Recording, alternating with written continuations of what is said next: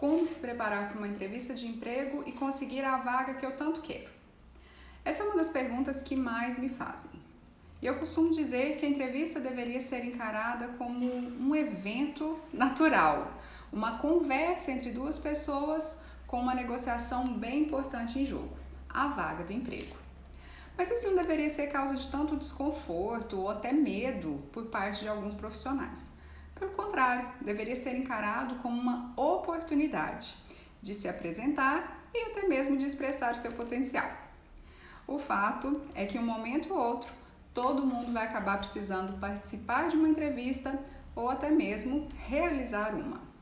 Então eu quero compartilhar com vocês 3 dicas simples que podem ajudá-los a compreender o que está por trás de uma boa entrevista, seja do ponto de vista do profissional que está buscando trabalho, ou seja, do ponto de vista de quem está entrevistado. Em primeiro lugar, é muito importante que se tenha claramente o objetivo da entrevista e os critérios que vão ser utilizados para avaliar os candidatos. E esses parâmetros de comparação podem ser vários: a experiência, a formação, os conhecimentos técnicos. Mas muitas vezes, e mais cada vez com o passar do tempo, as empresas têm buscado perfis de competências ou chamado fit cultural. Ou seja, não adianta ter um belo currículo e não se encaixar nos valores e padrões de comportamento da organização. Em segundo lugar, toda boa entrevista tem uma técnica, sejam técnicas mais estruturadas ou menos estruturadas.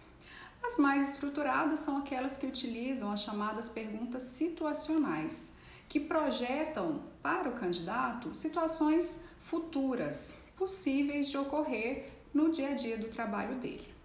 Já as entrevistas por competências, elas projetam os candidatos para o passado, para circunstâncias que eles já vivenciaram, suas experiências anteriores, e elas são menos estruturadas, mais espontâneas e buscam fazer com que o candidato remeta aos contextos específicos do que ele já vivenciou e relatem como eles agiram e os resultados que eles alcançaram desse tipo de ação.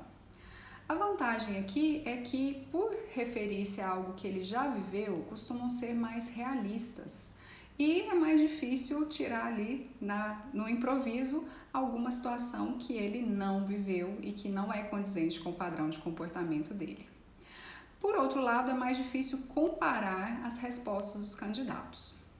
O terceiro ponto que eu quero comentar com vocês é sobre o uso de outras técnicas complementares das entrevistas, mas que também podem ter um peso nos processos seletivos. Aqui nós temos testes de inteligência, perfil comportamental, grafologia e até mesmo o uso de algoritmos com inteligência artificial que nos ajudam a dizer se uma pessoa é mais indicada para um determinado cargo. Essas técnicas, em alguns casos, substituem a interação humana, mas é muito importante que a gente tenha em mente que elas diminuem os vieses do entrevistador, podem até diminuir as interpretações inconscientes, julgamentos, mas mesmo assim não são garantia de um processo perfeito e sem qualquer risco de dar errado, seja para o candidato que tinha outra expectativa da empresa, ou seja, da empresa que esperava outro tipo de candidato. Então, o mais importante é que a empresa realize o processo sempre de forma objetiva, buscando comparações com base em dados e não achismos ou julgamentos.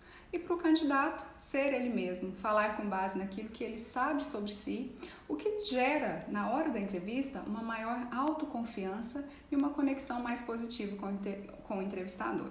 Eu espero que essas dicas possam ajudá-los daqui em adiante. Fico por aqui e até o próximo vídeo.